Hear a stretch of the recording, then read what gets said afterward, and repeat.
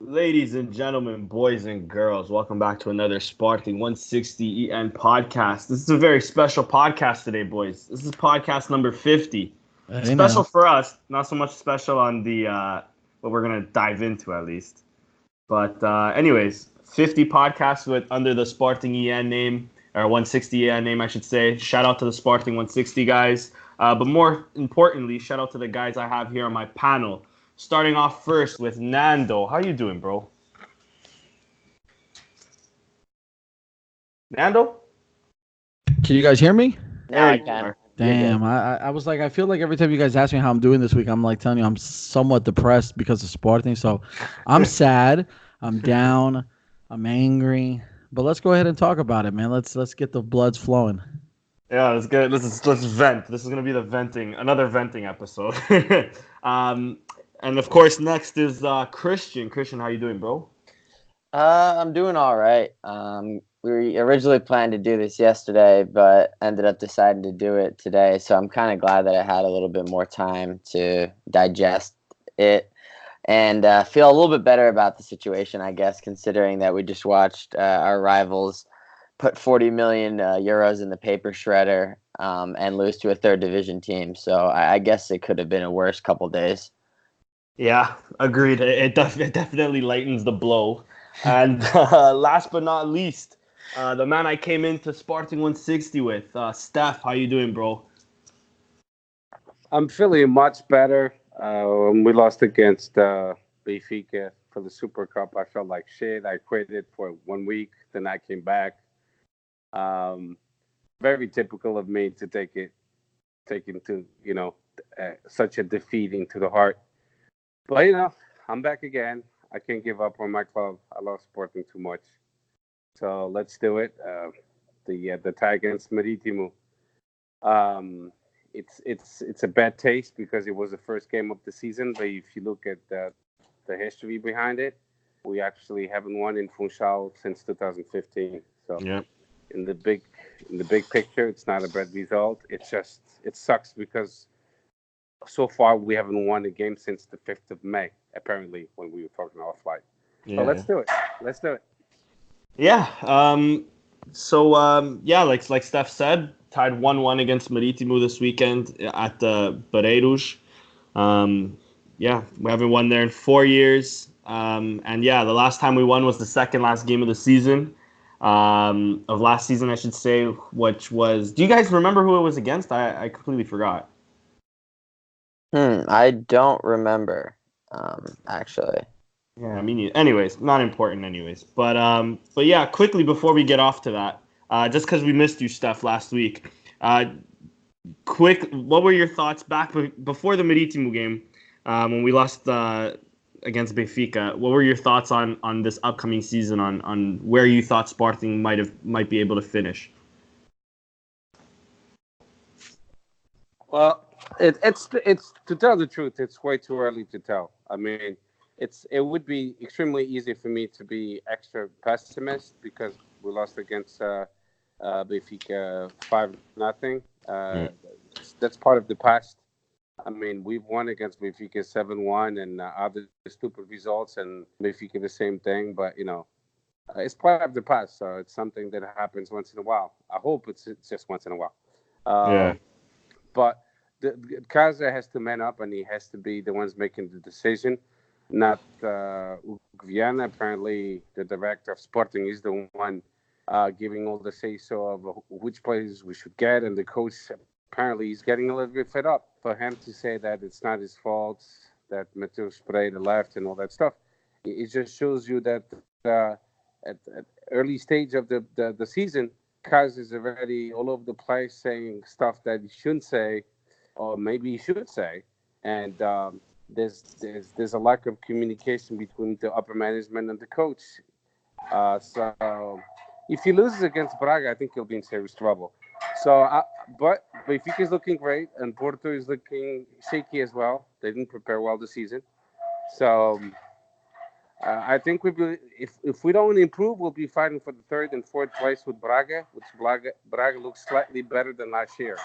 So that's my guess. Yeah, fair. All right, let's just hop into this to the 1-1 draw against Marítimo. Starting 11 was Renan Ribeiro in net, Christian Borja, Jeremy Mathieu, Sebastian Coates, and Thierry in the back. In the back four, we had Wendell, Eduardo Henrique making his debut for Sporting, and Bruno Fernandes, with Marcos Acunha, Rafinha, and Luis Felipe up top. Christian, I'll start off with you. What were your thoughts on the game, bro? Yeah, just to get back to what you said earlier about the not winning a game since May 5th, I just looked it up. It was actually the third to last game of the season. It was that 8-1 thrashing of the Sad Boys. So that was the last time we won a game, which feels like an eternity ago. Yeah. So the game. It started out, decent, I guess, the opening minutes. Like Kaiser said, I thought the first 5 minutes were good, which is a truly hilarious quote, because the first 5 minutes were, I guess, decent. And then immediately Marítimo gets their first chance on a counterattack. Thierry Correa does not look good on that play at all. And Mathieu is kind of just kind of hanging out because he thinks Thierry Correa is just going to win the ball. And then that attacker gets like a step and a half on him, and then the Marítimo guy is in, and Mathieu is just never able to recover, and it's an easy 1-0. After that, Sporting, continued dominating the possession, but not really creating any chances, which is, I think, a theme that is going to be prevalent throughout the course of the season, and going to be a lot of the problems that we cause ourselves is just inability to create chances, and especially inability to create chances if Bruno Fernandes is not involved. So we looked pretty hapless until Bruno Fernandes finally, got a shot on target at like the 25th minute mark. Their goalie made a nice save, and off that ensuing corner, Bruno Fernandes again, gets the ball going through off of too long of a corner kick, crosses it in, Coates heads it. Their goalie kind of makes a meal of it, to be honest, and the game's tied up again. So, in that time span where we were dominating our possession, we weren't, generating shots. Marítimo was hitting us off the counterattack, and they had a couple chances. And then, the rest of the game, it was all right. I would say the first 15-20 minutes of the second half, I thought were decent. We created a lot of chances. Rafinha had 2 great chances to score on his favored foot as well. He shanked both of them off target. He's been pretty poor to start the season off. I thought Acuna was shit again. He had a couple chances as well. Didn't really capitalize. Weren't really testing the goalie either because none of our chances were going on target. I think we had 18 shots, 3 on target. That's pretty bad. And in the last 10 minutes, 15 minutes, we were very, very fortunate not to concede because we gave up a lot of chances. Mathieu and Coates were totally asleep for the last 10, 15 minutes. There was that one play where Mathieu and Coates both managed to commit like grave errors right in front of the goal, and the Marítimo attacker puts a shot off target. But there was like 4 really good chances in those last 10 minutes for Marítimo to score, and we realistically probably should have lost 2-1 or maybe tied 2-2, but we didn't deserve to win this game. Yeah, agreed. Nando, what are your thoughts on the game? Man, it's more and more clear that Sporting just looks to play through Bruno Fernandes like literally 100% of the time. It's more and more clear that a guy like Rafinha needs to get back to training the basics because he can't quite figure out how to go ahead and put some at the bottom of the net when needs to. You know what I mean? He had those 2 opportunities with those posts. So you can't, miss 1, miss 2. Like, come on, man. A succession there. It's more and more clear that what we've spent money on for quite a while and the players that we've brought in are essentially useless almost. Like somebody tweeted about the 35 to 40 million that we spent. Now some of these players have been hurt, but so far they are not giving any clear indications that they're going to be worth it. Vieto does not look like he's going to add much of anything to the team. Bajdost looks like a completely lost soul, just demoralized, uninterested. The team does not play for him.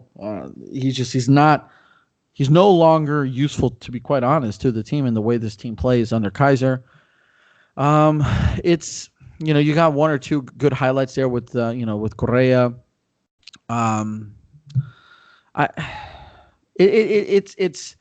It's frustrating to watch and try to figure out how and where this team can improve, because like Steph said before we went on air, like, is it because they didn't properly prepare in the offseason? Because that story and that narrative is what we used last season because of everything that occurred. But this year they actually spent the time, traveled, did whatever a normal team would do for things like the preseason. They still look like they're not prepared. They still look too tired, still look exhausted. They didn't have any preliminary games like Porto. They didn't have anything important to play for other than the Supertaça against Benfica. And like we talked about already, we've already gone on at least 10 games in a row in all competitions officially that we have now won, 10 or 11, something like that. So Sporting to me is just this lost soul that they play like it. They'll win some, they'll lose some. That's the clear indication that I'm going to get right now going forward. And we continue to act like Bruno Fernandes is going to be our, savior every game. Like, it's either going to be a shot of his or a bit of magic from him. And you can't play like that, man. In a team game, 11 players on the field, you can't do that. And Sporting right now, it has no ideas. And Kaiser seems to be content with just kind of throwing out whatever comes to mind. And if it sticks, it sticks. So this game to me was another indicator that we're not going or trending towards something positive.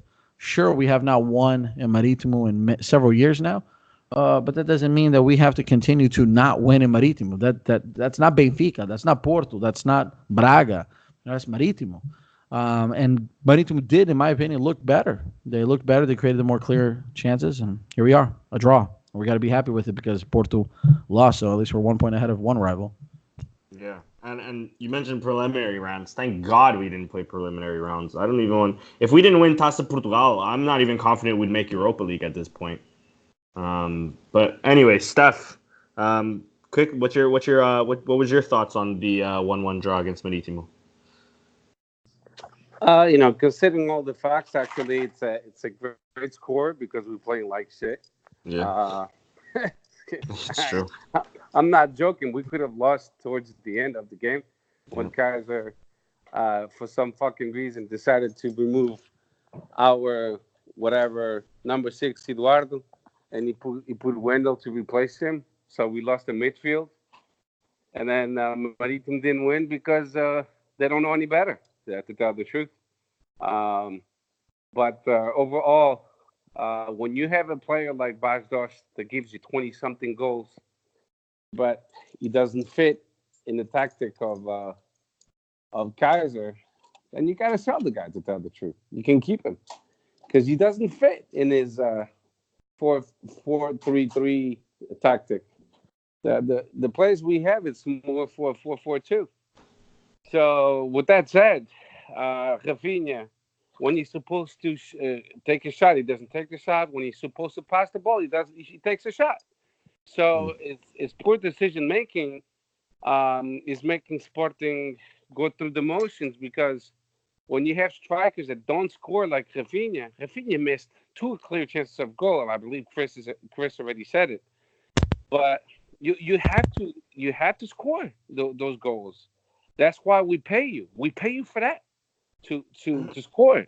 When you don't, you put more pressure on the midfield defense, and our defense is shaky. You could see that it looks like Macho lost a step.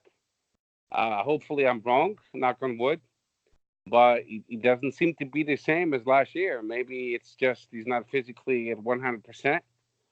I'll give him that much. But Bajdoš is not that he sucks now. It's that the team is not playing for him. If we had Jardel in front of Bajdoš, it would be the same thing. He wouldn't score any goals because he's what we call in the Portuguese area ponta de lança de raiz. And when you have a player like that, if you don't give him decent crosses, he's not going to score. He's not like Luis Felipe. Luis Felipe He pressures the defense, and that's more a player that Kaiser likes. But he's burning his own country, to tell the truth. Sporting went from a team that played for Bas Dost, and Jorge Jesus, I'll give him that much, realized that, to a team that doesn't play for him at all, totally ignores his striker. Forget about asking Bas Dost to pressure the defense. He does, but he's limited. So I don't really blame the guy for that. I blame the coaching staff, which is not playing for him, not realizing the kind of players he has on this bench. You can't transform someone that's 30 something years old into a player that you like him to be. And like you guys said, if you look at the squad team we have, I'm going to ask you a question. How many right fullbacks do we have? 3. No, 4. Count. Rozier, Rostovsky, Correa. Okay. What about the Bruno Gaspar? Oh, yeah, I forgot he's still on the fucking team. Okay, exactly. How many strikers do we have? 3. 2. Vieto is supposed to be the replacement of Bruno Fernandes. Yeah, I guess. Yeah, I Yeah. guess 2 then, technically. Garbage, dog. That's what Kaiser said. He said Bruno Vieto is supposed to replace Bruno Fernandes. Yeah, he hasn't Comes played up up the bench. So we paid $7 million for a player that's supposed to be the substitute of Bruno Fernandes. So technically, we only have 2 strikers. So now you're telling me that's not a poor preparation of the preseason? Not We to mention, yeah. I mean, We still have like 5 or 6 center backs too, and like Andre Pinto and Petrovic and shit like that. Claro. And mind you, I'm not saying poor Yeah. preparation in terms of like, not being physically, mentally trained and all that shit. You're right about the poor, horrific preparation in terms of getting the right players on the field. Yeah. That's for sure. Yep. These guys have at least been practicing, and you would think that they would at least be prepared to play together and have different kind of strategies. They can't even do that right. True. To be fair, they still have 2 weeks to tie up all these loose ends, but it's like we're playing games that matter, like right now. Like, why are you gonna like fuck around for the first 4 weeks of the season? Like, have this shit resolved. Yeah. Exactly. And especially I can only imagine the chaos that this Bruno Fernandes saga like went on to do. So the fact that we were really like waiting on the last day whether it was gonna happen or not, and they still left that like out in the open, I think that also fucks up the team too. Because then that sort of hinders us from doing any negotiations. Now, us trying to sell Petrovic will probably get a lot less because teams will look at us as more desperate, trying to collect even more cash. You know what I mean? And we still have to offload these players no matter what. So this is just, bad preparation in terms of like the players and how they play, and bad preparation in terms of management and how they fucking try to organize this team. Anyway, sorry for interrupting you, Steph. No, that's cool. That's the way I like it. I like confusion, multiple people talking and shit, For sure. That's what's a good podcast. That's why we tied it against Maritim. You see a team that initiated the game with a lot of pressure, and then all of a sudden Maritim takes over and they score a goal. They want to blame the poor kid, Thierry Correa, for tying the game. Nah, the kid is good. He's gonna make mistakes, like all of those senior players that we have in our squad. They still make mistakes. Exactly. So let the kid make his mistakes. I'd rather a kid make his mistake than a fucking like Diaby coming on, like a 28, 29-year-old who should be not making silly mistakes, like letting his man go or whatever. I don't know. It's. No, I don't. This club is so bad. I never blame Thierry Correa. I mean, he did lose. For sure. It wasn't a foul. Let's get that out of the way. I saw the replay, Juiz Final. It was not a foul. Let's stop making up bullshit. The referee actually was pretty good. So we didn't tie the game because of Maritimu or the referee, because we suck. Another question I'm gonna ask you guys: how many wingers do we have? 7. So many. Go ahead. Tell me all the names. Who's playing now? Who's your main wingers? The ones. Right now, it's only one. Right now, he's really only playing with Rafinha, or I guess Acuna too. Well, Acuna is more of a left back. That's where he plays well, as a left back. Fair. Fair. But yeah, we drew Diaby. Who else do we have? Plata, Cabral. No. Plata doesn't count because Kaiser is not counting on him. He's relegated to the under 23. He hasn't loaned him out though, so I'm still holding out hope that he'll get some burn. Me too, but but there it is. We thought by acquiring Kaiser that he would go with the youth, but it seems like someone is telling him otherwise. No, you're gonna do what we tell you to do. I don't think Kaiser's being Kaiser. I think the upper management, either the president or Viana, one of those two cats, they telling him what to do because he came from an Ajax academy, and we all thought, "Epa, vai ser fixe. He's gonna play the youth." He's not doing that. I mean, playing Thierry Correia because our two main right backs they hurt, Vitovsky and Rosier, which he just came back. That's a poor excuse because there's no other youth playing. Which other? No other one. Miguel Luis nem joga. Camacho's been hurt. Camacho's been hurt, but I don't know if he's going to get a lot of burn. Doumbia, I mean, he seems to have warmed to Doumbia at least. But Doumbia is not part of our academy. True. Yeah.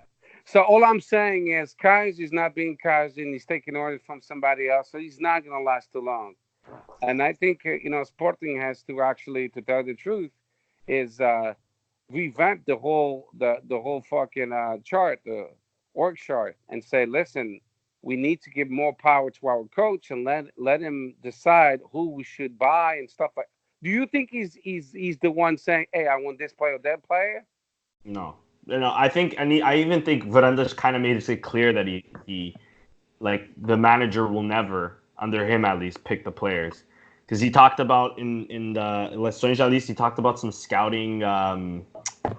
What was it? It's like some scouting technique or some scouting team or some shit like that he was building. So it wouldn't make like João José and stuff like that. They're working all for the scouts. Manuel Fernandes is a scout too, and that guy exactly he's half delirious. Bro, when we met him, you're talking about the performance bullshit.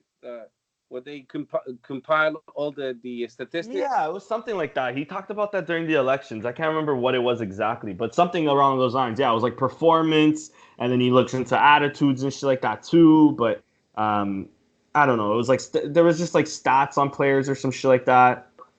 I can't remember exactly what it was though. And Steph, for your point as well, like if Kaiser isn't fully 100% calling the shots, canning him as a fall guy is like the perfect setup for the people that are calling shots and are actually fucking it up.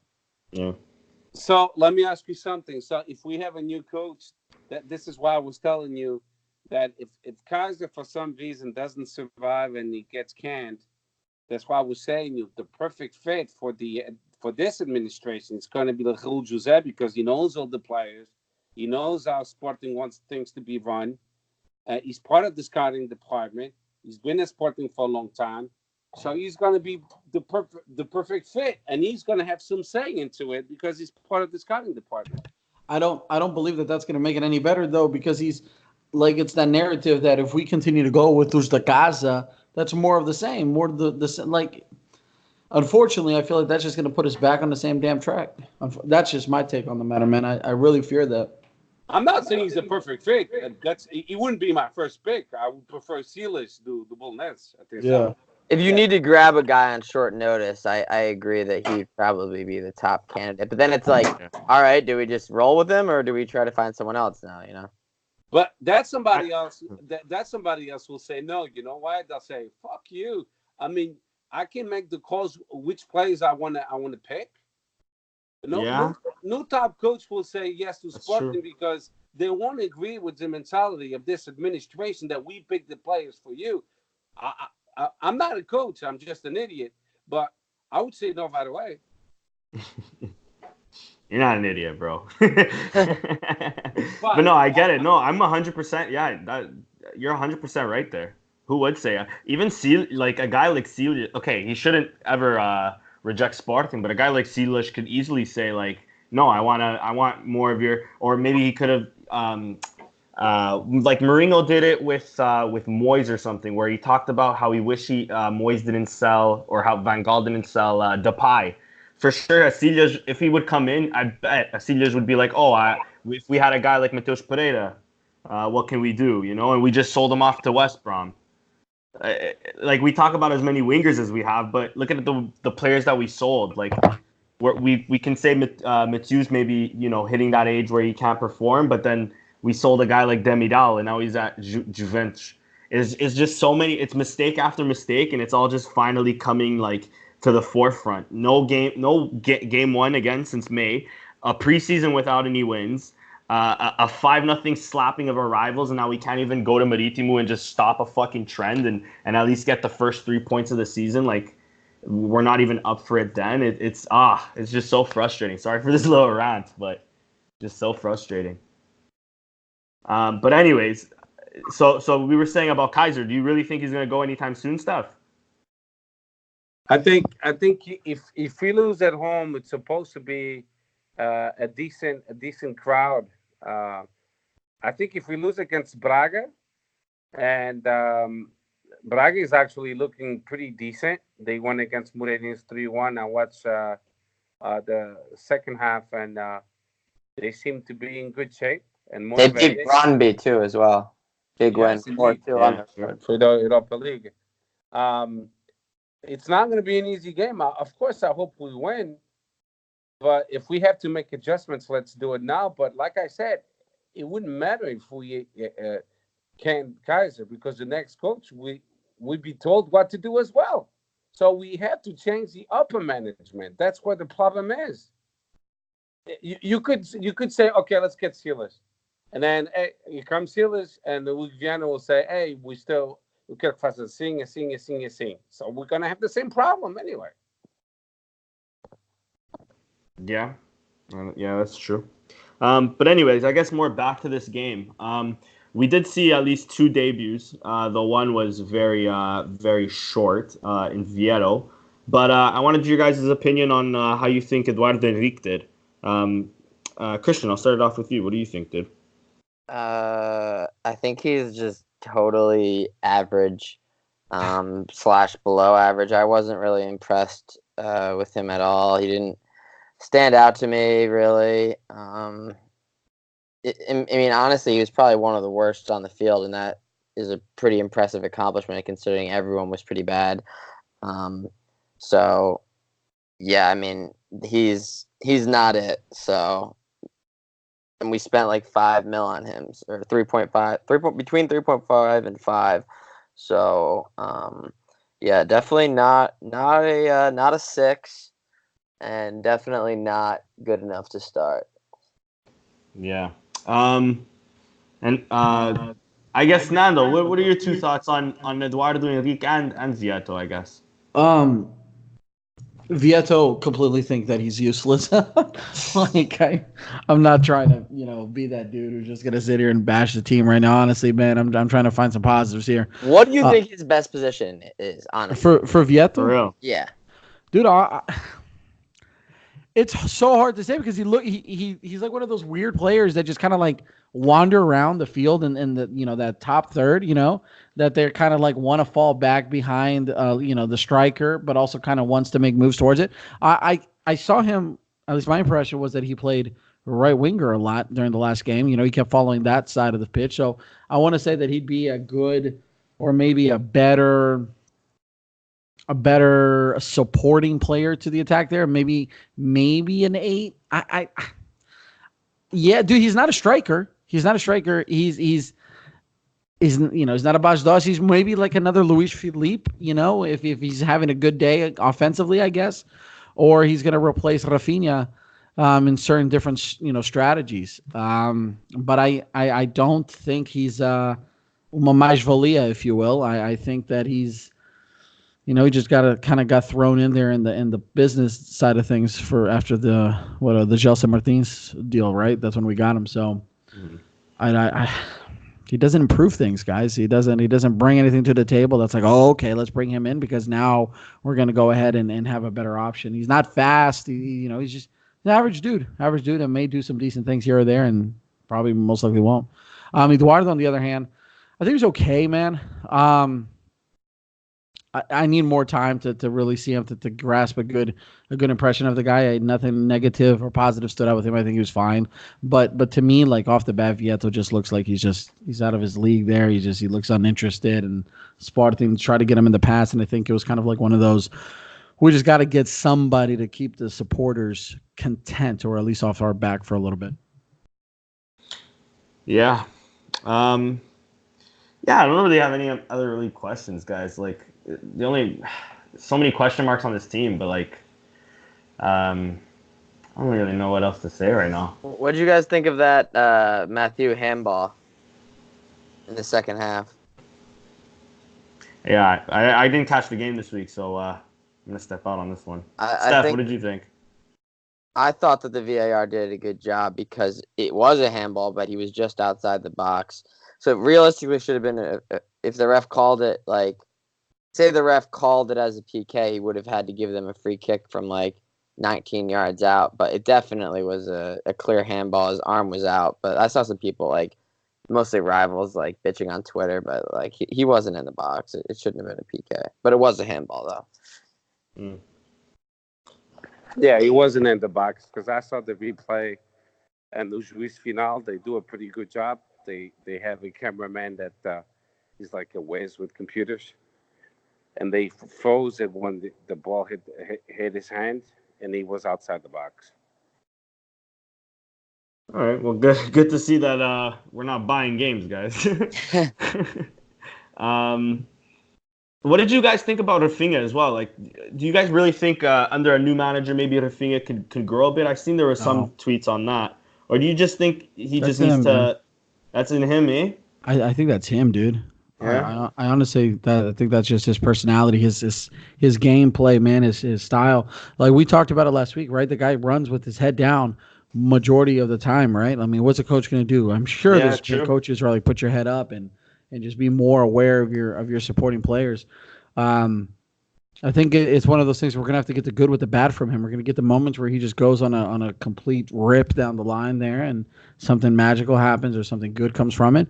But we're also going to have moments like that where we're just like, how did you not score that? Like, why aren't you finishing? Why are you doing this? You know what I mean? Like, because there was about like 2-3 chances that like I'm seeing from the highlights that Rafinha could easily have buried. And not to mention there was other like complaints from like other Sporting friends I have saying how Rafinha, we didn't win this game because of him, because he just didn't put things away. He reminds me a lot of Gelson Martins, you know, where he's obviously a talented, skillful player, good technically, but when it comes to finishing, whether that's, you know, putting the ball in the back of the net, maybe Gelson's a better passer of the ball.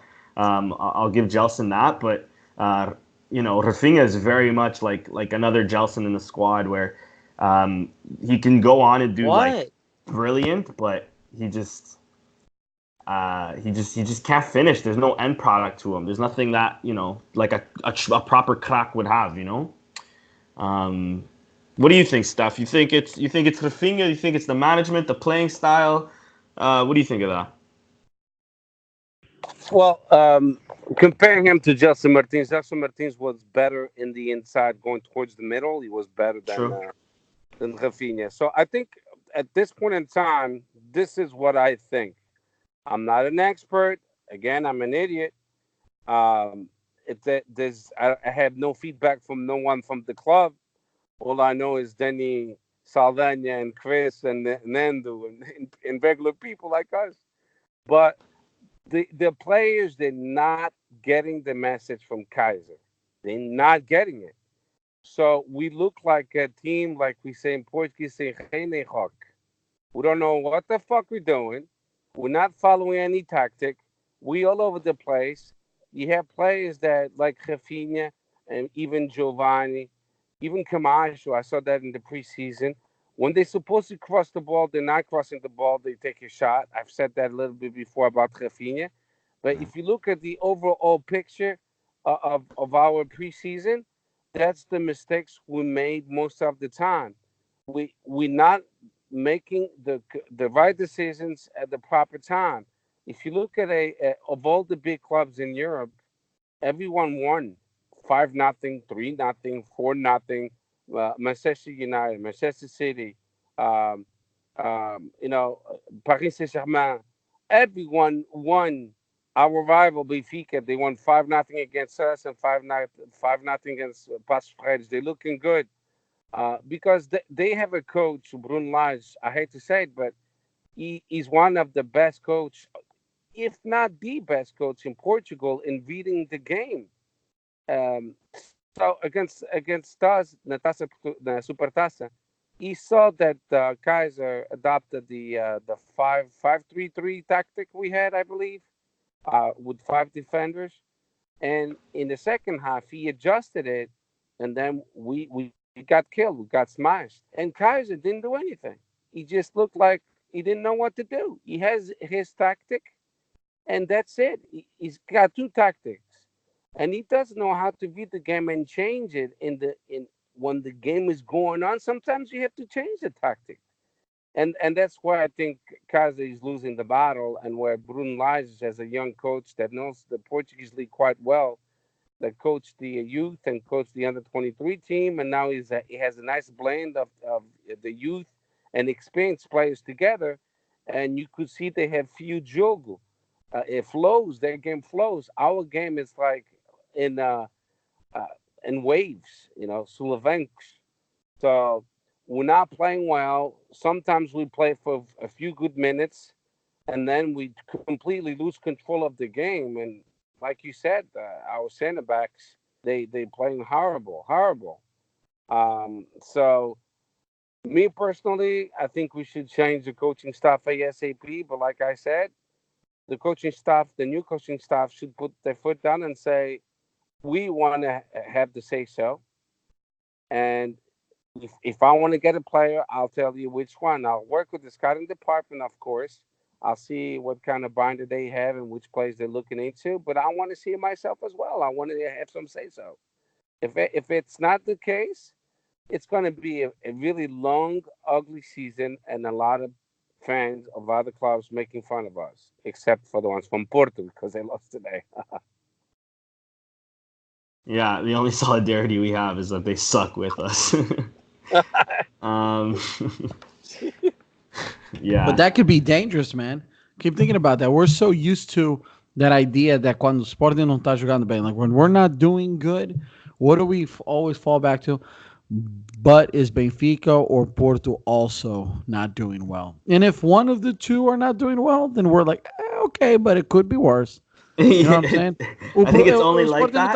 I didn't even talk to my dad this weekend about fucking soccer because I knew it would come out of his mouth that like, mas o Porto já viste? Não tá assim tão mal no Sporting. O Porto perdeu e o Porto é suposto ser campeão. É candidato ao título. I'm like, fuck out of here with that shit, dude. That is so old, antiquated, like stupid, like real Dutashi kind of mentality. You know what I mean? Yeah. Like, we need to like go for the kill. You know what I mean? If we can't win this damn title, like let's be better. You know what I'm saying? Let's come out here and go for second place and gravitate towards something positive. But instead, so many Portuguese are like, but hey, are you Porto? Nem a Champions by, and they spent more money. Well, caralho, fuck it, man.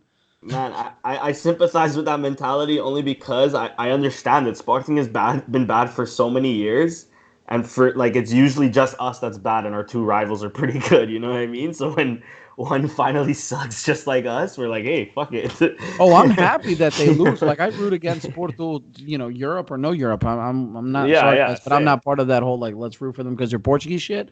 No, fuck them. I want them to lose every game. But the thing is. Being in the coefficient would help. Yeah, bro. I mean, Sporting, the way I don't give a shit about that. Look, I'll never see Sporting back in Champions, Look, if Sporting's going to go to the Champions League, let them go to the Champions League because of their own merit, not because Porto or Benfica were good enough that we piggybacked off that shit. True. Well said, man. Yo, bro. All I gotta say, I totally agree with you. I'm not saying that it brings me joy that Porto is struggling because actually I wanted Porto to win. It would bring more points to we would have eliminated a Russian team and gotten closer to them to the sixth place, win seventh place of the ranking of the Europa ranking in clubs. So, but all I gotta say is Sporting with this team and this coaching staff, I don't think our team is that bad, but we're not ready for this marathon. the Portuguese league, it's how many games? 34 games. Am I correct? I believe Yes. so. Yes, the 18 teams, 17 plus Yeah. 17, it's 34. We're Yeah. not ready to win a championship, a long haul championship. We're not. We don't have the team for such. I had to tell you, we might win a cup, like we done the last year, but our team is not prepared for that. Not for the long haul. Um, we didn't take advantage of the market. We don't have a lot of money. I understand. But if we're going to play the way we play now, I'm going to say it again, then play with our youth. That's it. Yeah, Yeah, agreed. agreed. I don't know why. I think I tweeted this out earlier this week. I see like teams like United and Arsenal and Chelsea, three teams that are all battling out really for one Champions League spot, and have a lot more to lose financially, at least than Sporting do, and they're not afraid to play their youth. And Sporting, for having one of the better academies in the world, at least reputation wise. We've been really afraid to play the youth, especially in the last 2-3 years. Um, Again, seeing as the transfer window's almost gone, and at least the English window's done. I don't know why we don't play, or bet on guys like Mateus Pereira. I don't get why we've loaned out Daniel Bragança. We need a six. I don't know why we've loaned him out to a second division team on top of that. Plata tore up Braga's U23 team. He's miles ahead of that league and that level. I don't see why we're not risking him. Why don't we play him? I mean, Diaby has yet to really be a solution for us. Even last season, I don't really recall him coming off the bench and scoring us a big goal or two. Of course, he's had a few good games, but aside from that, he hasn't really resolved the game. I mean, Jovan Cabral last year tore it up as a super sub. We just forgot about him afterwards. Man, this whole youth situation too. Miguel Luis barely touches the field. Like, this whole youth situation is starting to scare me too, because we're not even thinking about winning now, or maybe we are thinking about winning now, but we're not really accomplishing that goal. And then we're also hindering winning tomorrow with not playing our youth, with not letting them, make their own mistakes. And I speak as that as a fan too. I'm already seeing people kill, my dad being one of them, funny enough, killing Thierry Correa for that first goal.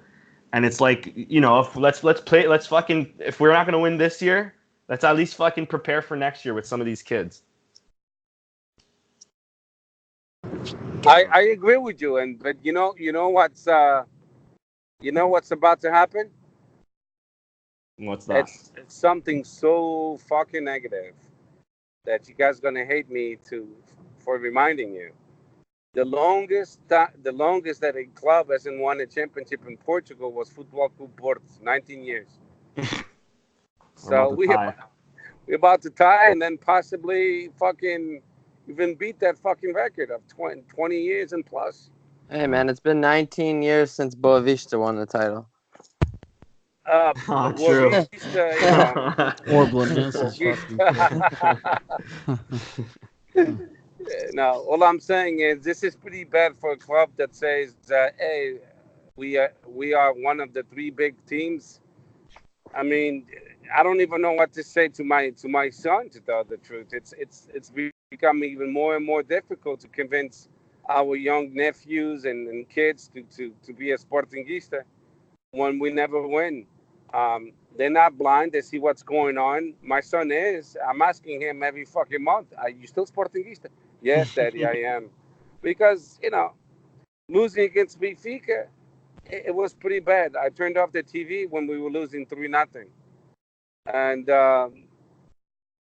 all I got to say is, if Sporting doesn't do something, I don't know. To tell the truth, I think Varandas, he's going to have to resign. He's not the president that I think he's overwhelmed. He doesn't know what to do. He doesn't know what to say. When we lost against Benfica, eu preocupado não estou. I understood what he was trying to say, but at that time, that's not what the Sportingistas wanted to hear. And then against Marítimo, aquela figurinha que ele estava a fazer com as mãos a rezar e não sei o quê. Estava a rezar, meu. Foda-se. Então, se não está preocupado, por que está a rezar? Yeah, for real. It's either one or the other. You know, Não you pude ir à can't have missa, both. meu. He looked ridiculous. And then the cameraman picked up on it. He was just course. having fun.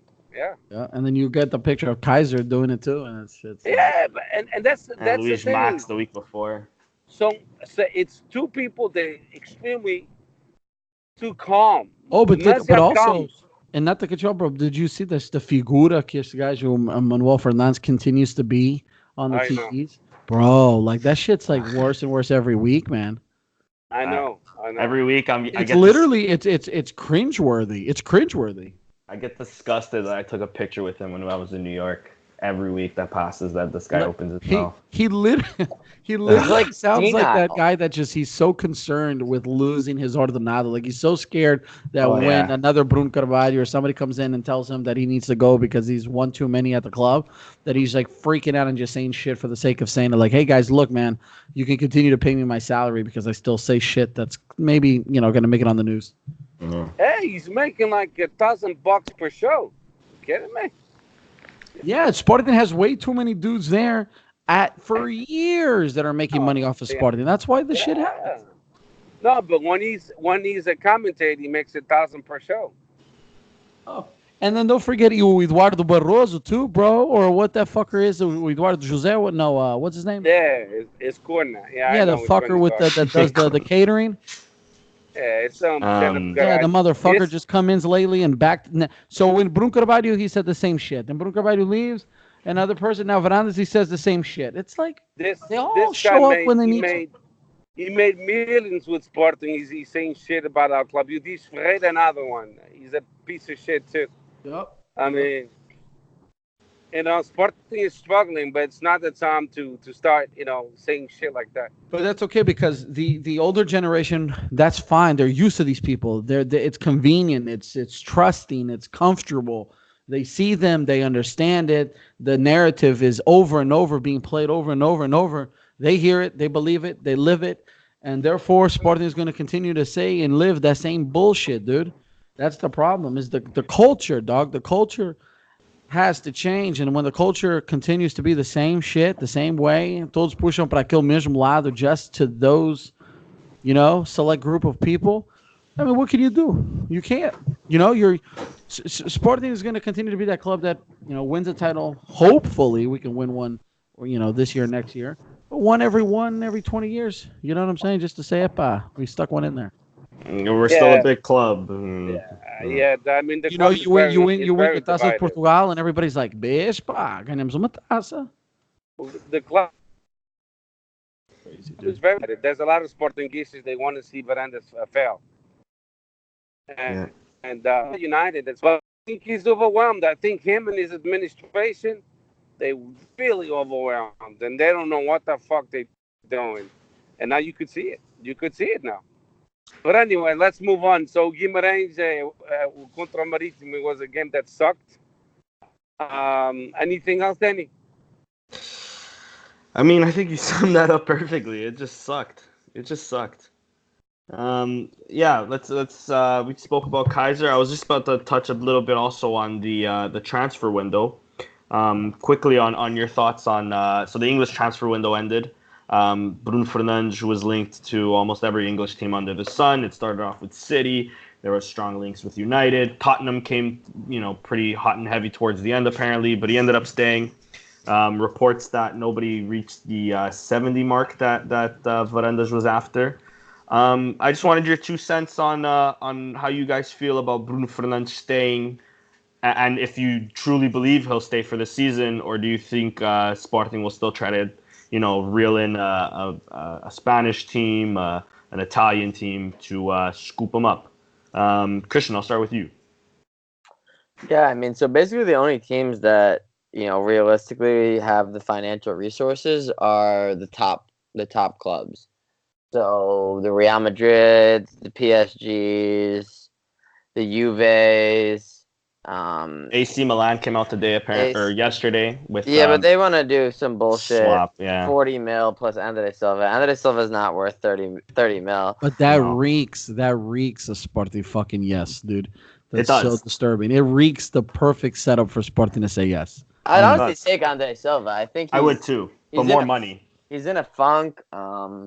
He hasn't really had a successful spell in a couple years, but I mean, we literally have. I could play up top and turn in Bazdas performances. So, I mean, it'd be cool to have him, but like, agreed. For 30 mil, like, what the fuck, dude? Yeah, agreed. But I mean, how do you see him? How do you see Bruno Fernandes? Do you think he'll have a captain's performance again this season, or do you think he won't have as much turnout as he did last season? I mean, he might not have the same, production numbers wise, but he'll have the same influence. Like, if he doesn't score or assist, we're not going to score. Yep. So, I mean, if we have 56 goals this season, that means he'll have like 45 contributions to those. So, or if we have 39 goals, then his numbers will be down, but he'll have contributed to all of it. So, I think he's eventually going to get pissed off too. Maybe he'll kind of start rebelling a little bit. He was like knocking down Varandas' door as like the midnight deadline loomed, like begging him to take that Tottenham offer of 60 plus 10. So I mean, I think he probably wants to leave. I mean, who the fuck would want to stay in this fucked up situation right now, especially to make a lot more money too. Have that international exposure. He feels like he's done what he could. He's been the captain. He came back. Like, he's like, I did all this shit for you guys. Like, you owe me this now. And we're like, nah. So I could see like a kind of, divisive relationship developing there as well, which is bad for the team because we would need him, Yeah. Yeah, and especially if that does ever become public too, that just drops his price tag a lot more, and it proves that. Do any of you realistically think we'll ever see another 70 million offer? There's been a lot of talks of us. Yeah. So why do you say that, Nando? I just don't. I don't believe and trust the front office. I mean, if you think about it this way, if you are a team wanting Bazdas, or I'm sorry, not Bazdas, wanting Bruno Fernandes, right? You want the guy. Sporting says, I want at least 70 million. You see Sporting losing 5-0 to Benfica. You see Sporting not being in the Champions League. You see Sporting's history of not being able to sell guys for top tier money. Okay. Why would you be the team that starts that precedent of being like, all right, let's start negotiating for lots of money? Like, why, right? So if you're the team that has the money and you're talking to the team that needs him, but also financially has shown to not be well off, not in the Champions, they're not winning games, he's pissed off, or he's most likely going to be pissed off. He's going to put the pressure. They're spending money to keep him there because they just have to, pay him, what is it, $5 million, right? To keep him for the season if they don't sell him or if they rejected that contract. Well, they already owe him that. Right. Yeah. So why would you pay him or pay Sporting 70 million? I wouldn't. I would not. I'd continue to lowball and force Sporting to put together a string of results in which they recover their bargaining chip and say, listen, man, we're doing well. We don't need to sell him because we're going to produce a good end result and make money. So, but what indication exists? What indicator is there that says Sporting is going to do that this year, especially after the season's the way we started? So now I totally see Sporting selling him by the transfer window, especially if Sporting just has another 1 or 2 bad games, doesn't win. I totally see that deal for like André Silva, man, in which the president could come up and say, oh yeah, we still made 40 million or 35 million and we got a good player for him, and they're going to use that as a way to close, tapar os olhos from all the other, sauces and shit. So no, I thoroughly do not believe Sporting will sell him for 70 or more. And I think I said that before the season ended too. I don't think they will. I just don't see any capable. They're not capable, bro. Yeah, them being capable, I don't think so either.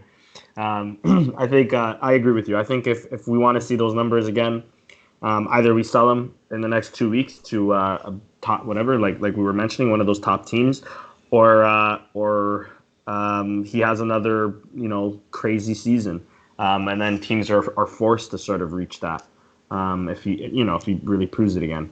It's not even that much though. It's not. Yeah, in this market, Like, it's not. I mean, Maguire is a decent defender, and he went for 80. So It's not that it's a lot of money, guys. You got to look at it. It's literally just our history. It's more these teams are playing with the fact that Sporting does not have, good relations with top agents or, the Jorge Mins of the world. And teams know that. In this day and age of soccer, of football, it's all about who you know and your connections. Most of these top transfers all have Jorge Mins' hands all written all over it, or at least some sort of top tier, agent organization. And when you know that one team is just known for making bad trades and bad sells and this, that, and the other, and on top of that, Christian talked about earlier, like he may have still a great season, right? We can discuss what's considered a great season. Is it going to be the amount of goals he scored last year because he broke the records as a midfielder, right? I don't think he's going to get close to that again this year. But is he at least being influential with assists and making sure that other players on the other team have to, man him, double team him, etc.? He may still be able to perform that, but is that going to be the flashy results that he had last year? Because goals being scored by a midfielder and breaking records makes news articles and people talk about it. But having a bunch of assists in a position that assists are necessary, that does not make front page news. And if that doesn't make front page news, the Sporting is in a position to win, that lowers his value. So he almost has to perform more so, even more out of his mind than he did last year. Do you guys think that he's capable of even being better in terms of the goals? No, I don't think so for his position, right? So that's part of the reason why I think he's almost fucked himself. 20 goals is like... He'll do 20, but what did he do last year? 30-something? 32 combined, right? That's crazy, right? And he's a midfielder.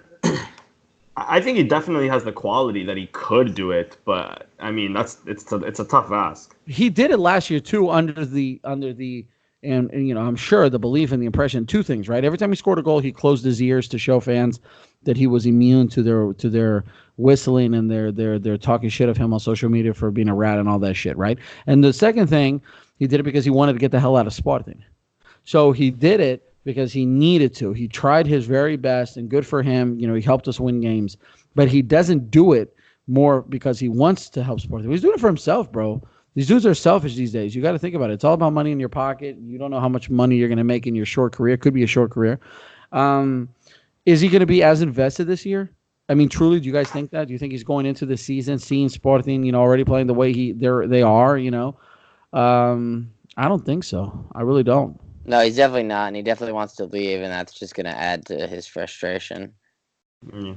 And they're going to not be getting results. It's a very results bad situation for everyone involved. I would hate to see Veranda screw this up because it means Sporting loses money. But I said in the last podcast, man, I'll say it again. Like, I think the time to sell him was at the end of last year. Take one of those offers at 60-something million, lick your wounds, and say whatever João Felix was for 120. I mean, sure, with caveats or whatever. But we did what we did, and now let's go ahead and rebuild and pay some bills and keep it moving. But I don't know. Yeah, Steph, what are your two cents on the matter? Oh, well, I think, you guys said it all. The Bruno Fernandes is a great player, but like Nando said, we are a team that we don't know how to sell, and we have the history. The only exception was with Bruno Carvalho when we sold João Mário for the 45 million to Inter Milan, and then he had a couple good sales. But besides that, we don't know how to sell. We don't know how to negotiate. Jorge Mins actually he came up on the tail end of it, tried to solve the problem, but he didn't have enough time because the market in England closed on Thursday. It's a new thing for the Premier League, but the coaches are already complaining, especially The one coach that complained was the Tottenham coach, Puccini. He said it's not fair for the English teams that the Europe has 19 more days to negotiate and they don't have it. And I agree with him. The market should close when the seasons begin, because even for Bruno Fernandes, we're talking about Bruno Fernandes. I agree with Chris and Nando. Mentally, he's not there because he's potentially about to leave to another club still in Spain or maybe in Italy, and that affects the player. He's not totally focused, and you could see it. As much as Sporting and Bruno Fernandes, oh yeah, they want to say I'm focused. He's not, because he could leave at any time. He could tell his wife and kids, "Hey, pack your bags, we're leaving," and that fucks with the people's minds. Even Rafinha now he has two teams after him, one from Spain and one from France. That will play with his mind too. So because apparently they want to pay much more than Sporting is paying. So, and like you said, Nando, they have a short career. They want to make money. So that's why I don't agree with the market being open until the 31st. It should be just like in England on the 9th of August. It should have been closed as well for everybody else. It's not fair for managers. It's not fair for the clubs.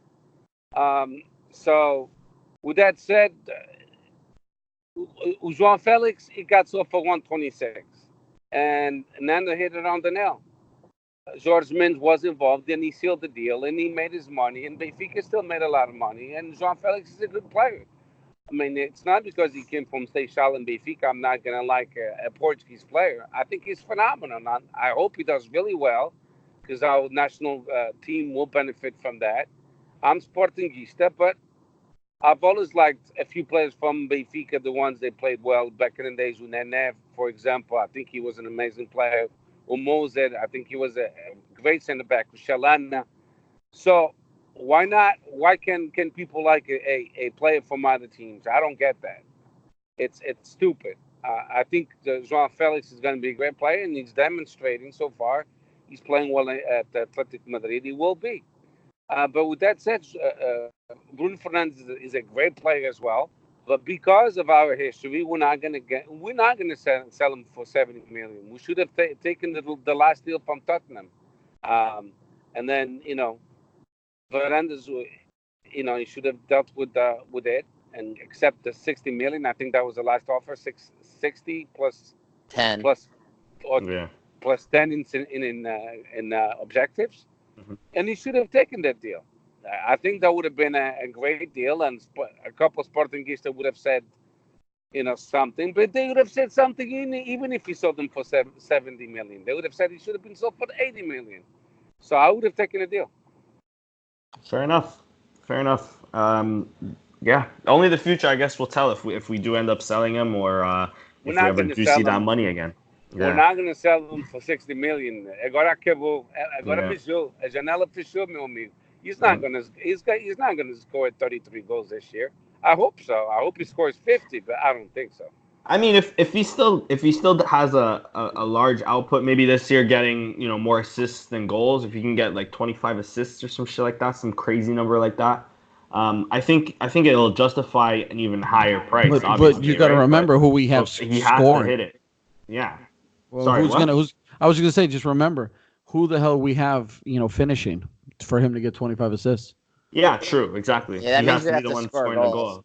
No, the problem is not the finishing, guys. You guys, I don't know. I have my own opinion. You have your own opinion, of course. Let's get that out of the way.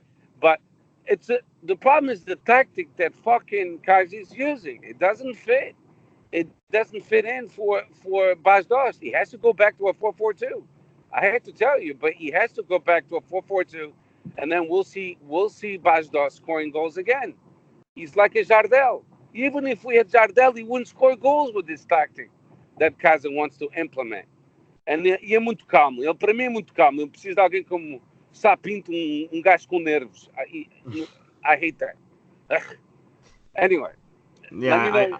let me know when you want to talk modalities because I have a couple of things to mention. For sure, it was about to come up next. I mean, I think we've said all we have to say about Marítimo and Bruno Fernandes. So yeah, take it away with the modalities before we go to the Twitter questions. Okay, I won't take too long, but something phenomenal happened in the handball Champions League. So now the teams that participate in the Champions League they get a cash amount of $800,000 euros actually.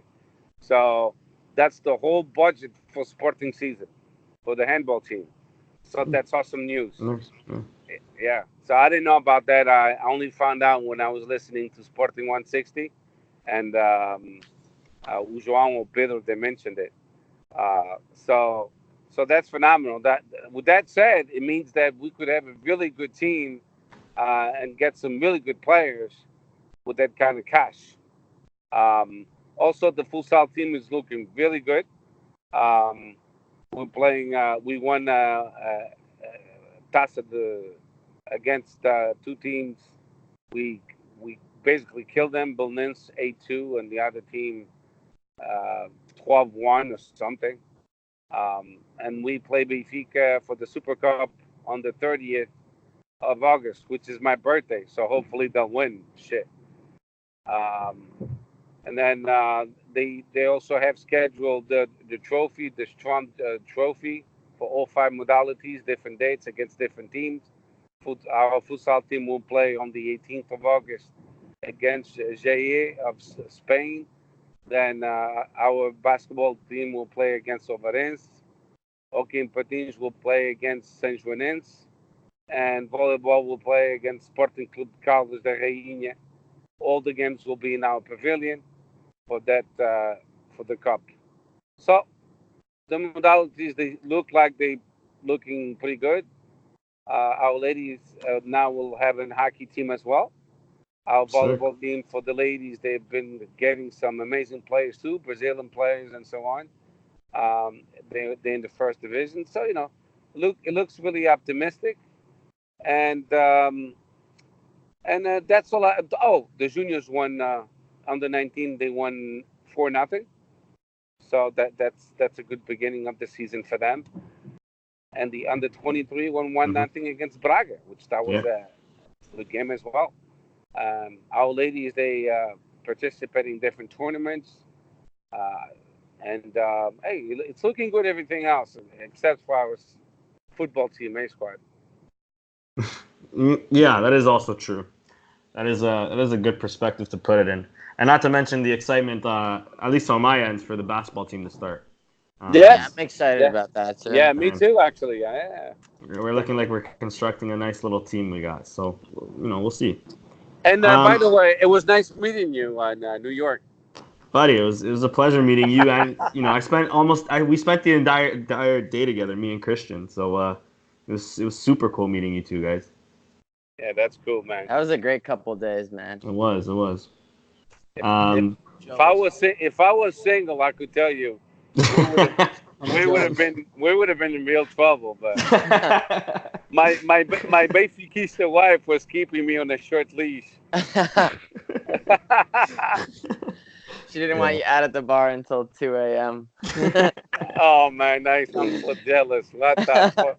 We would have definitely gotten laid. Oh, we still live, okay? Yeah, cuidado, pa. We'll edit that out later. But yeah, man, it was a pleasure meeting you guys and also meeting your family, Steph. Sorry, I was a little drunk when I entered the stadium. I know this isn't podcast related. If you guys want, we can edit this out after. I was a little drunk when I got to the stadium. And bro, like it was just a bunch of Liverpool fans singing, and I was like, "Fuck it, man! Eu também vou cantar." And I was just yelling into like your family members' ears. Looking back, I feel really bad for it. And sorry to them. It's cool. It's cool. But it was also a pleasure to meet Gabriel Jimenez. Johnny Sinero. Johnny's a good dude, man. Great dude. Kyle. Shout out to Kyle. Kiko, Kiko, yeah. Kiko and his father. I mean, we got lost together, and And then we follow each other, and then the blind leading the blind and shit. Then some random person said, "Oh, it's that way," and I'm like, "Okay, take it." It was good. The happiness was good while it lasted. It only lasted about a week, but it was good. It was a good trip. Until I got to the Yankee Stadium. When I got to the Yankee Stadium, all I saw was a Red Sea. I'm like, holy shit. Yeah, it was crazy. When we were on the subway, we caught like a Liverpool fan with his son, so we were just chatting up with him. So yeah, I didn't expect that many Liverpool fans, to be honest. Yeah, they were pretty cool, except for that one guy in our section saying campeones. You say campeones o caralho, campeones, pá. You speak Portuguese, not Spanish. What the fuck? Yeah. But anyways, let's move on to Twitter questions. Nando, we missed you there, buddy. We wish you were there. No, man, I was fucking following you guys along on Twitter, like fucking depressed and shit that I couldn't make it, man. But y'all had fun, and I'm happy for you guys. Yeah, man, it was a good trip. Anyways, onto Twitter. Let me share the screen here. You guys see it, right? Yep. Cool. So first question comes in from our boy Josie Pereira at Pereira4785. Yes, hypothetically, if Bruno Fernandes is sold to Milan and we get André Silva as part of the deal, as is the rumor, would Vieto play Fernandes' role? Also, would Silva be an upgrade up front of what we have, or would be just get lost in the shuffle with Dawson Felipe? Steph, I'll give it to you. What did you think of this rumor with André Silva? Do you think it'd be good, bad? Vieto playing in the 10 role? Let me know what you think, dude. Well, no, I think if André Silva would come on board, it would definitely fit in the Kaiser's tactic, and then maybe Bruno Fernandes would have to drop to number 8. Then the question would be who would be the number 6. Then we would lose Wendell to fit Vieto behind André Silva. That would be the only possible scenario, or Vieto doesn't play at all.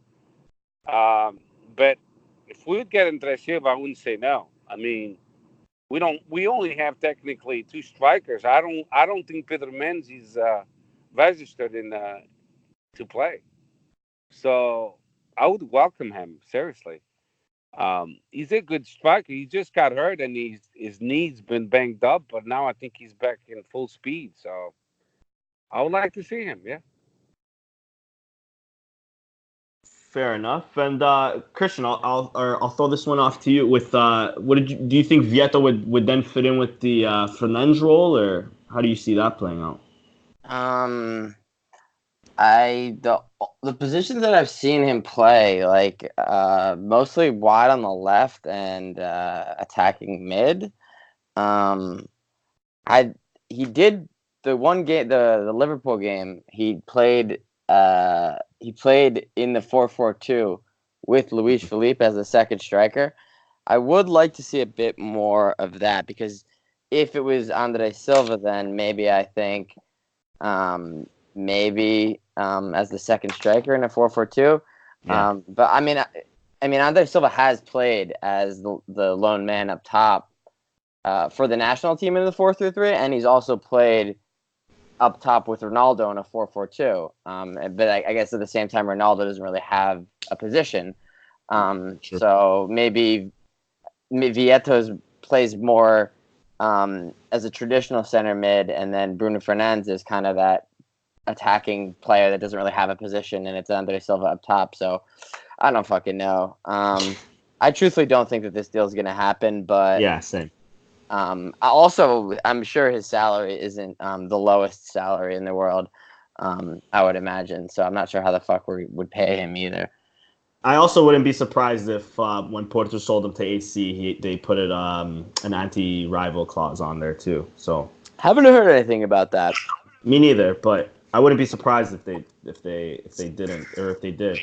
But I mean, hey, if this is a rumor, or if there's any truth to it, maybe they didn't. That means Bas Dost has to go because we can't pay. I'm pretty sure Dost is gone. I mean, I just seen the covers of I think it was Ricard just now, or Jogo, saying that we're trying to play Dost into the market. There was rumors yesterday, the day before, about Lazio being interested. I think he's almost as good as sold, especially if Fernandes isn't gone, somebody has to be gone. So it might be Dawson Acuna or just maybe Acuna, but I see one of those two going for sure. Do you know how much he makes a year? Dost? Yeah. I think it's like 2 million or something like that. 6. Three? He makes 6 million euros a year. He's the highest paid player in the Portuguese league. Never mind. Who's gonna pay Well, 6? 6 and then he gets. That's he his gets salary. three- That's what I'm saying. His three- salary. No, that's what I'm saying. Who would pay him 6 million if he wanted to leave, or if he doesn't want to leave? No one. Exactly. We're gonna have to take a loss. We bought him for 10. We'll be lucky to get 10 back. We're not getting 20 or 18. Unless maybe China, hopefully. Yeah, the Chinese want. He doesn't want to. Sorry, man. He doesn't want to go to China. Yeah. He doesn't want to go to China. True. He Or said he would Dubai. only go to England or Germany, and then the only market open now is Germany. Yeah, true. Those top German teams don't want any part in that. Yeah, even if they have some money, but they're way too smart to even want to waste that. Especially his last season at Wolfsburg was garbage. So Negócio já a Sousa Sintra. yeah, for a real. Anyways, next question comes in from Guillermo Almeida at GUILESCSP17. He asks, after the draw over the weekend, do you see Sporting flipping the switch and improving to possibly win the title, or are we going to have a mediocre third-place season? I know it's early, but just food for thought. And what do we need to improve to obtain that much-desired first? Thanks for your question, Guillermo. I'll throw it off to you, Nando. What do you think? Absolutely think that we are definitely on our way to a mediocre third-place season.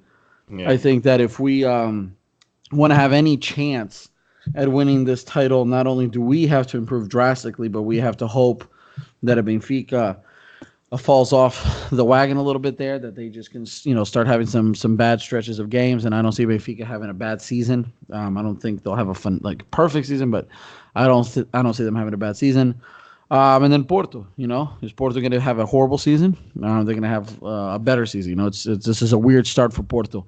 So there's a lot of stuff that, not only do we have to control ourselves, but, we got to hope that our rivals, don't do that well. And with everything that we've seen so far and everything we discussed already today and after the Benfica game, too many question marks. We might very well lose our best player. We're not going to replace him with another top-of-the-line player or someone else that's going to come in and just replace him, tit for tat. So, honestly, we're on our way to another third to fourth place finish. Yeah, agreed. Sadly, but I agree. Next question comes in from David Claudio at David Strife 35. Yes, tell me what you think about these three coaches: Ivo Vieira, who's at Guimarães; Silhas, who's at Belenenses, and our former sub-23 coach Alexandre Santos. And if any of them would be a good coach for Sporting.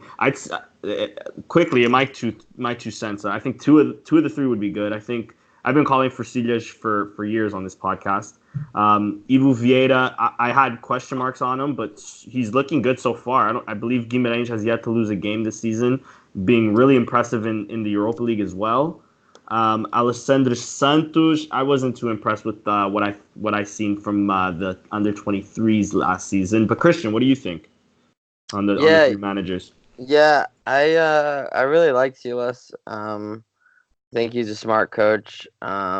He always plays the big three well, except the aforementioned the 8-1. game. Yeah, that's really the only time where they've shit the bed. But they've taken a lot of points off of the big three since he's been in charge.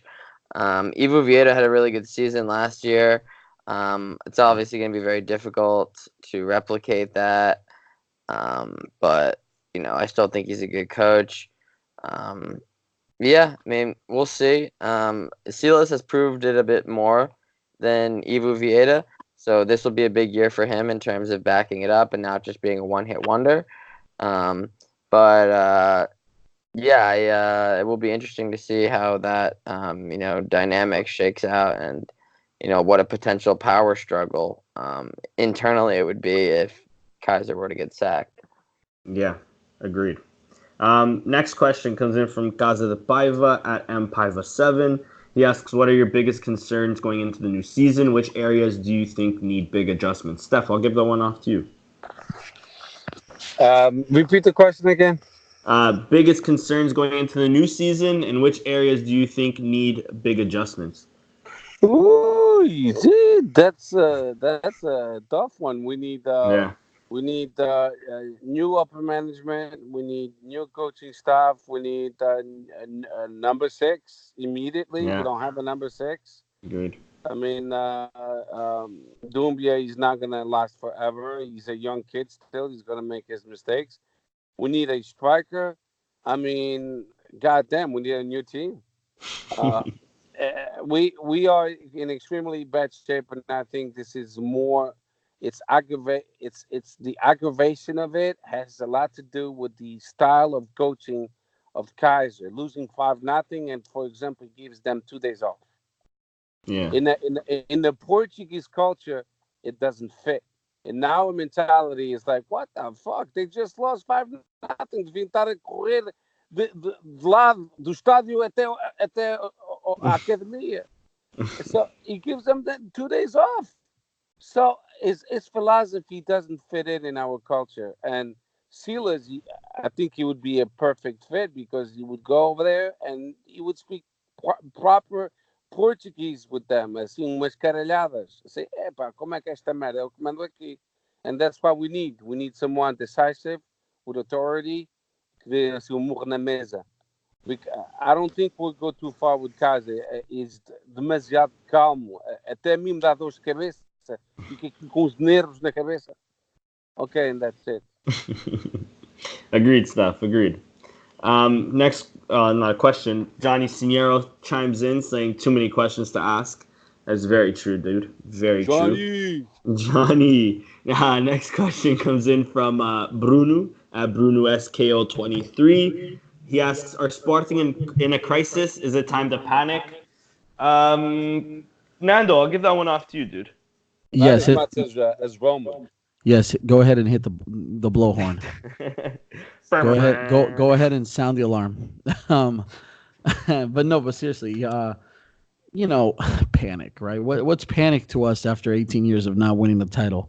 We're fucking used to this shit, right? So we're That's gonna very true. we're gonna sit around and we're gonna laugh it off in our depressed voice and shit, and we're gonna log off and go on Twitter and be like, hey man, there's always next game. But it's fucking old, man. I'm tired of it. I'm just tired of it. I'm fucking tired of it. We've been in so many crises. I don't even know if one ended, bro. I think we're Listen, still in the good I have the crisis. solution. I have the solution. What is it? I just bought uns matraquilhos Sporting Yes. Benfica em casa ganho sempre. Sim mesmo, We can do caralho. that. We can do That's the only way, man. That's the only way. After the 5-0 loss, I went on my PS4, put it on semi-pro, and just slapped Benfica like 8-0, bro, just to get them. No, I'm that. kidding. And you're like, that's right. That's right. Que manda sou eu, caralho. Last question comes in from our boy Kevin Fernandes at KFernandes1906. He asks, "How long do you give Kaiser to turn things around and get us back to what we were when he started?" Sorry, I don't know how to read. Christian, I'll throw that one off to you. I think it's kind of it's gonna obviously depend on the team's performances, but it's also gonna be relative as well. So as long as we're scraping results enough to stay in the title race, I think that his job is safe.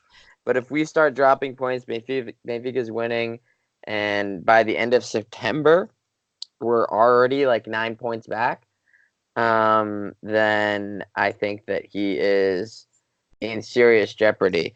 We're going to find out a lot about them this weekend. I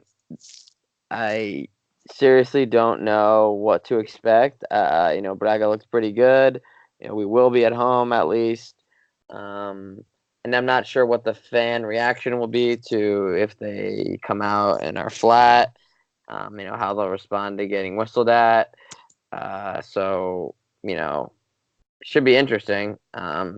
Realistically, he has until probably like I guess, like the end of September. That's like 7 games to get his shit together. True. Yeah. I'll say until the 4th round. That's it. Yeah, fair. Nando, what do you think? Giving predictions, I guess. Fuck, dude. Like, it's. I agree with you guys. I'm trying to think of something else to say, man. I'm just so damn pessimist at this fucking point, and I hate being that way. I do. I agree with every single one of you. Truthfully, I'm giving him until October because I don't see him I don't think he. I think Varandas is going to panic. I think Varandas is over his head. I think Varandas is in a position where he shouldn't be in, and therefore he's going to try to do something crazy, something drastic. I think we're just going to go back to signing somebody else, spending some more money, giving another guy half a season, and we go and over again with this cycle. Like everyone has said here, and like Steph has said multiple times today by himself, Kaiser is well above his duty for this league. This is not for him. He's too nice. He's too calm. He's too polite. If you don't know the Portuguese media and the Portuguese way, they're going to eat you up. And he's not being, crucified, if you will. Okay. But he's totally okay with just going at it from a very casual approach. Like all his post-game, interviews are very much like, we needed to be prepared better. We weren't. Let's go at it next game. And then the game ends and it's like, well, let's go back to the drawing board and let's prepare better for the game after that. Okay, great. Fuck it, man. Like, yeah, if we're not in it by December, he's out for sure. But at the end of the season, he's out for sure anyway. So it's just a matter of when he's out. It's not only that. The thing is, you could be calm like he is, but know how to read a game and know when to make your substitutions, know how to intervene. Because I hate to bring it up again, but the truth must be said. When you look at the Benfica coach Bruno Lage, he's very polite, very professional. He never attacks his rivals. He's an exception to the rule in the Benfica nation. But he knows how to read the game. He knows how to make substitutions, and he has a young team. It's all from the Benfica B team. So we need to get someone, and his upper management, they're supporting him. They're not intervening. All the changes he made them.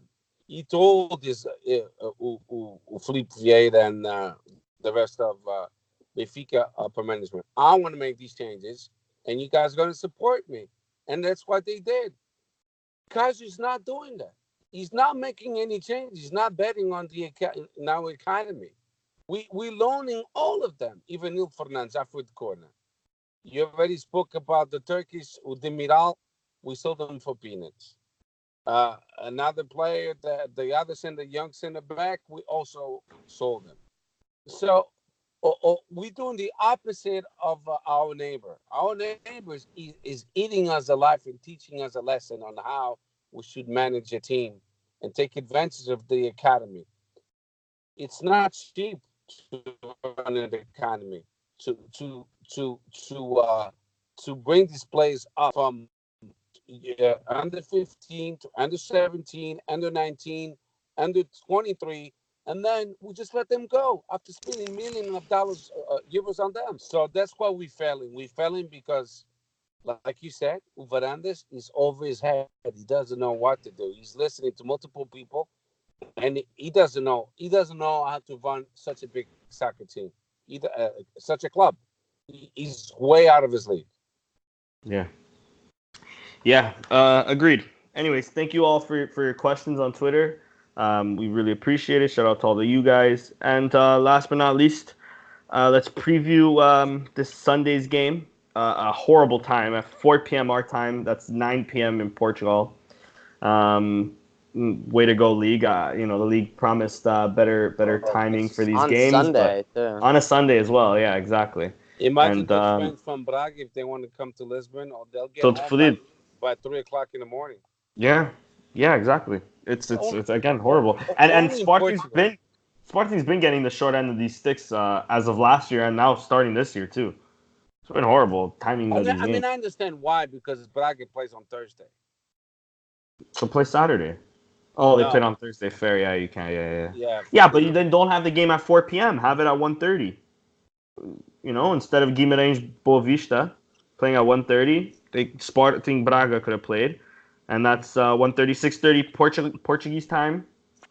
Pretty decent hour, I'd say, but It could have been Braga requesting to play that late. Don't forget that. yeah, it's fair. It could be. It could be. Anyways, quick preview on the games. Braga did win 3-1 against Moreirense over the weekend, where I think the game after we tied. But what are your quick thoughts on the game? Steph, I'll start off with you. I'm just going to give you my prediction. I think we're going to lose 3-1. Fair enough. Christian, how about you, dude? I think we're gonna draw 1-1. Nando? Yup, draw 1-1.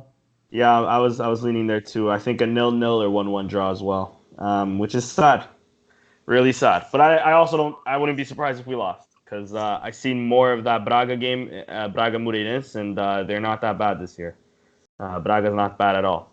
Don't get me wrong. I want to win, but I think yeah, same. Yeah, no, I wouldn't be surprised if it was a 3-1 spanking either, stuff. Though, to be honest.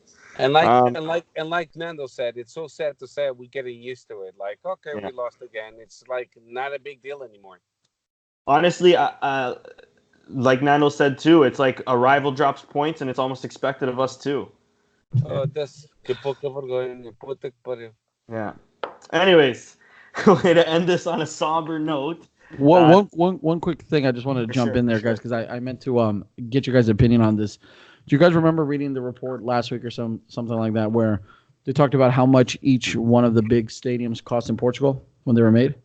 Mm-hmm. And how fucking much more Sporting's fucking stadium cost compared to Porto's and Benfica? What the fuck?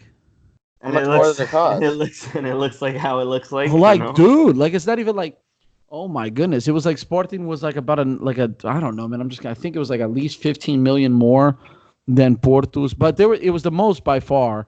Benfica somehow was the cheapest and yet the biggest.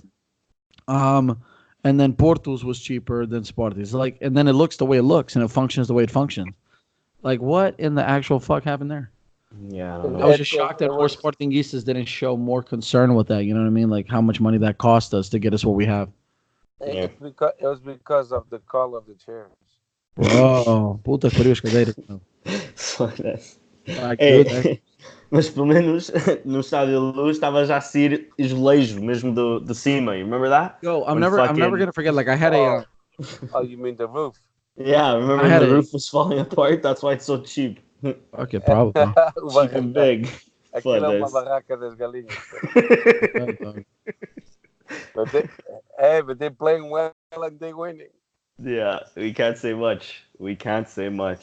And this time it's not about corruption or anything. We just suck. And somebody on Twitter tweeted the other day too that I loved. It could have been Bancada de Leon from 160, but they had said that everything you need to know about how Sporting's future and present and wrapped up in the fact that Luis Felipe Vieira, Bruno Lage, and Pedro Guerra, and there was somebody else, have all complimented and defended Sporting this year. Yeah. Luis Felipe Vieira, after the Supertaça, said we need a Sporting forte. Thank you so much, guys. I appreciate you so much for that. You've had Pedro Guerra say, o Sporting este ano tem outra atitude, o Sporting é preciso estar uma equipa bem organizada, it has to be forte.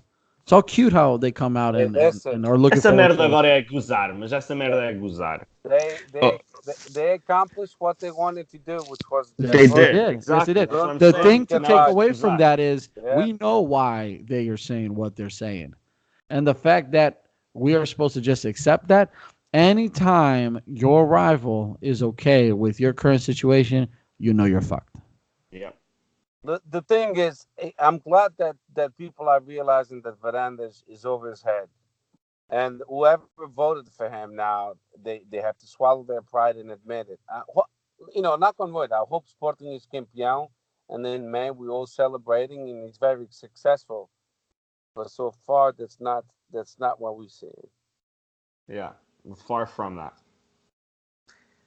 Anyways, guys, unless anything else wants to be said, that is a wrap of podcast number 50. I just wanted to quickly congratulate all four of us on 50 podcasts on the 160 name, and to another 50. So thank you guys for all joining us here, and thank everybody else thanks everybody for listening in, tweeting in, retweeting, liking, following us on Twitter, on Instagram. Of course, some of you even bought some of the merch, which we greatly appreciate, which is still up on Spreadshirt. Subscribers on YouTube as well. Thank you just all for the support. We really do appreciate it. Even when things are bad like this, it's a place for us to vent our frustrations on Sporting, and I think I could speak for all four of us here.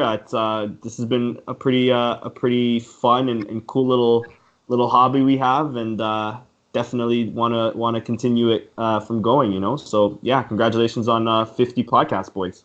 Oh yeah, man, it's been fun. Thank you. Yeah. Congratulations, Sure. Sporting160. Yeah. Anyways, that was podcast number 50. Thank you all for listening, and yeah, we'll end it like we normally do. Viva Sporting. Viva Sporting. We will Sporting, guys.